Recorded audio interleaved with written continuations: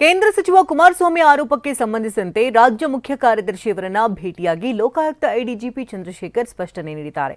ಸಾಮಾಜಿಕ ಮತ್ತು ಶೈಕ್ಷಣಿಕ ವರದಿಗಾಗಿ ಹಿಂದುಳಿದ ವರ್ಗಗಳು ಪಟ್ಟು ಹಿಡಿದಿವೆ. ಲಾಂಗ್ ಹಿಡಿದು ಪುಂಡಾಟ ನಡೆಸಿದ 5 ಪೊಲೀಸರು ಬಂಧಿಸಿದ್ದಾರೆ. ಈ ಸ್ಟೋರಿಯನ್ನು ನೋಡೋಣ ಸಮಗ್ರ ನ್ಯೂಸ್ ಟಾಪ್ನಲ್ಲಿ. ಕೇಂದ್ರ ಸಚಿವ ಎಚ್.ಡಿ. ಕುಮಾರಸ್ವಾಮಿ ಆರೋಪ ವಿಚಾರ ವಿಧಾನಸೌಧದಲ್ಲಿ ಎಡಿಜಿಪಿ ಚಂದ್ರಶೇಖರ್ ಪ್ರತಿಕ್ರಿಯಿಸಿದ್ದಾರೆ. ಎಚ್.ಡಿ. ಕುಮಾರಸ್ವಾಮಿ ಆರೋಪ ಸುಳ್ಳು ಅಂತ ಹೇಳಿದ್ದೇನೆ. ಈ ಬಗ್ಗೆ ನಾನು ಪತ್ರ ಬರೆದಿದ್ದೇನೆ ಎಂದ ಎಡಿಜಿಪಿ ಚಂದ್ರಶೇಖರ್, ಸಿಎಸ್ ಭೇಟಿಯಾಗುವುದಕ್ಕೆ ಬಂದಿದ್ದೆ. ನಾನು ರಿಯಲ್ ಎಸ್ಟೇಟ್ನಲ್ಲಿ ಭಾಗಿಯಾಗಿದ್ದು ಸುಳ್ಳು ಅಂತ ಹೇಳಿದ್ದಾರೆ.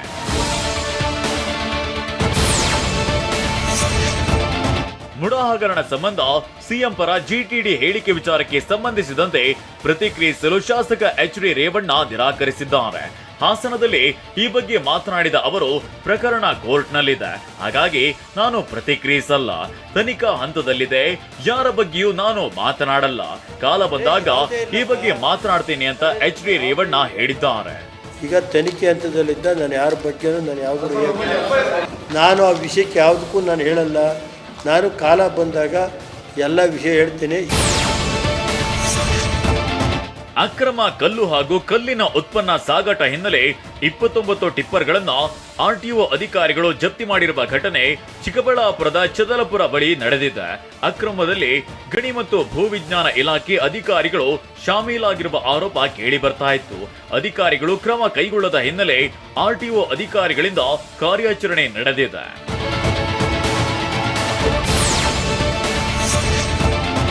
ಹಿಂದುಳಿದವರಿಗೆ ಹೆಚ್ಚಿನ ನಿಗಮ ಮಂಡಳಿ ನೀಡಬೇಕು.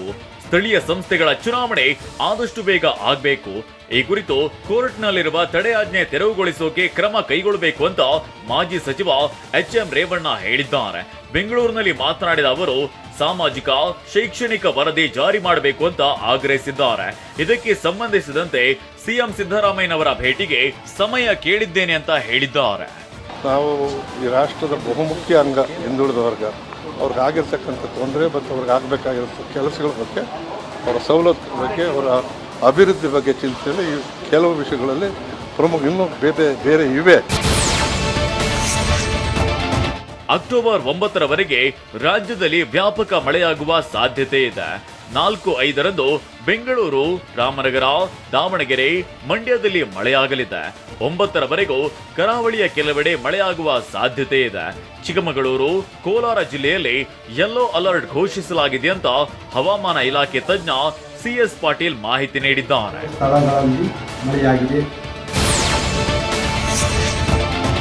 ಮಳೆ ಬಂದಿದ್ರಿಂದ ಯುವಕರು ಕುಣಿದು ಕುಪ್ಪಳಿಸಿರೋ ಘಟನೆ ಕೋಲಾರದ ಬಂಗಾರಪೇಟೆಯ ಬೂದಿಕೋಟೆ ಗ್ರಾಮದಲ್ಲಿ ನಡೆದಿದೆ. ಮಳೆಗಾಗಿ 5 ದಿನದ ಹಿಂದಷ್ಟೇ ಯುವಕರು ವಿಶೇಷ ಪೂಜೆ ಮಾಡಿದ್ರು. ಮಳೆರಾಯನನ್ನ ಮನೆ ಮನೆಗೆ ಹೊತ್ತು ಸಾಗಿದ್ರು. ಅದಾದ 5 ದಿನಕ್ಕೆ ಭರ್ಜರಿಯಾಗಿ ಮಳೆಯಾಗಿದೆ. ಈ ಹಿನ್ನೆಲೆಯಲ್ಲಿ ಯುವಕರ ಸಂಭ್ರಮ ಹೆಚ್ಚಿದೆ.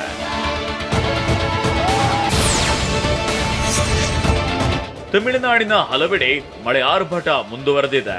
ಭಾರಿ ಮಳೆಯಿಂದಾಗಿ ವೆಲ್ಲೋರ್ ನಗರದಲ್ಲಿ ತಗ್ಗು ಪ್ರದೇಶದಲ್ಲಿ ನೀರು ನುಗ್ಗಿದೆ. ರಸ್ತೆಗಳಲ್ಲಿ ನೀರು ನಿಂತಿದ್ದರಿಂದಾಗಿ ವಾಹನ ಸವಾರರು ಪರದಾಟ ನಡೆಸುವಂತಾಗಿದೆ.